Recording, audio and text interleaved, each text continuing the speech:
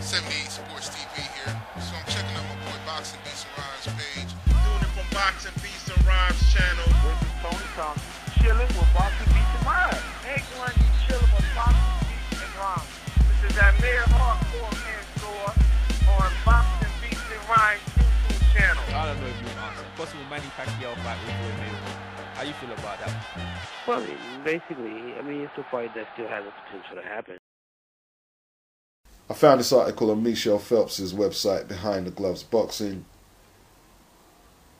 And here we go. Eddie Hearn explains Eubank Jr., the short money statement, and the Frank Warren Twitter spats. On December the 4th, Thursday, the two biggest boxing promoters in the UK went blow to blow on Twitter. A Twitter exchange between Frank Warren's Twitter account and Eddie Hearn took place, with the focal point of the exchange being the statement that Hearn had wrote in his Daily Mail article the day before, stating that Chris Eubank Jr. took a big risk for short money with his fight against Billy Joe Saunders.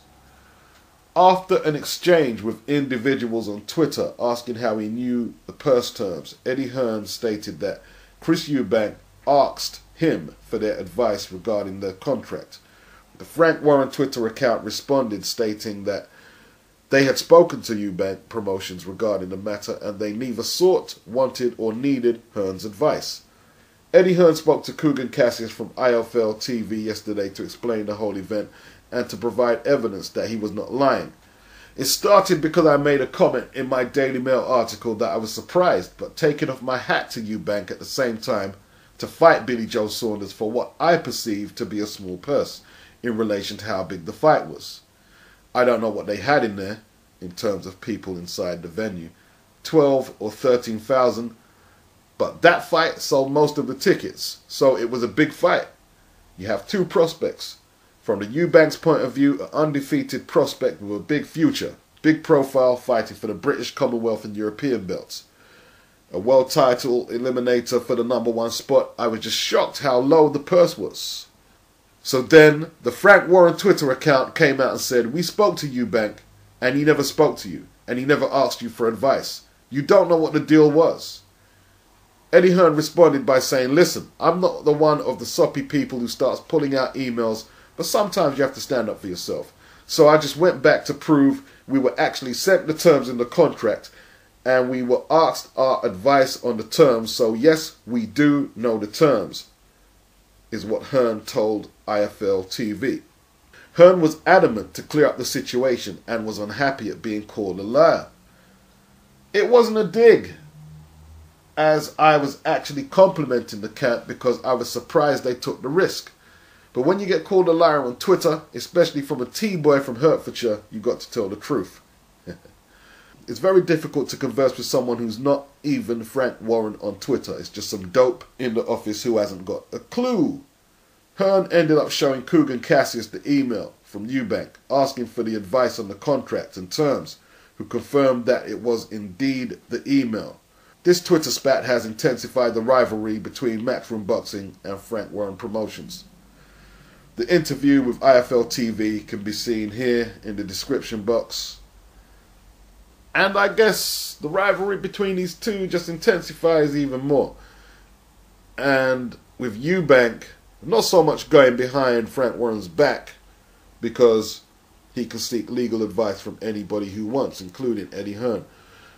But Frank will see it like a kick in the teeth, because he was doing business with Frank and not Eddie. Will we see Eubank flying over to the Sky Banner, to the Matchroom stable next? Is that where he's heading? I don't see Chris Eubank Jr. and Sr. doing any more business with Frank Warren in the immediate future. I don't see that. I wonder how low the purse actually was. I'm finding it hard that Eubank Sr. let his son get shafted on the purse, but maybe what is low to Eddie Hearn is high to them. Maybe it was a good purse for them. It wouldn't have been satisfactory to Eddie Hearn. Maybe that could be the case. Billy Joe was talking about he wanted to do a side bet with Eubank with the money going to charity. He put up 20 grand, English pound sterling, but apparently the Eubanks never got the offer. But if Billy is throwing that kind of money around, he must be getting paid pretty well, because he's a long-term Frank Warren project, British, Commonwealth, European champion, And he must have been compensated for that fight pretty well. But I don't know. I don't know what Eubank got. Going into the fight, his biggest win was Bradley Price and didn't have no belts going into the fight. Maybe they just took the money and wanted to prove themselves, get the belt, and then capitalize on their gains from that. And they fell short. But sometimes, you know, when a fight is so amped up and magnified as this one, you just assume that both fighters are going to be compensated well. But sometimes it's not always the case. Sometimes when we see boxers doing all these press runs and here, there, everywhere, that they're getting paid. Nah, they're just building their profile. The financial rewards are not that easy to obtain to make it a sustainable career for a lot of fighters. And that's the truth. I wonder if that could be why they wouldn't do the press conferences, because they thought Frank was using them and trying to take advantage of them. I don't know.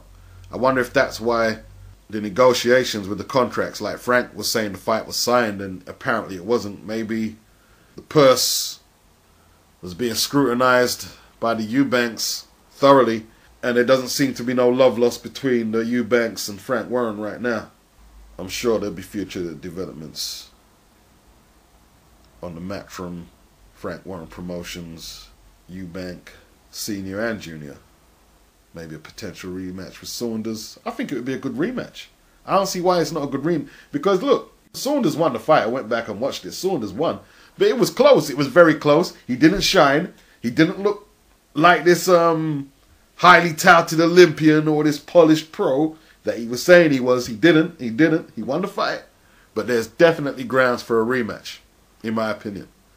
But maybe business between the Eubanks and Frank Warren is untenable right now. I don't know if that's a viable proposition right now. We shall see in 2015. Peace out.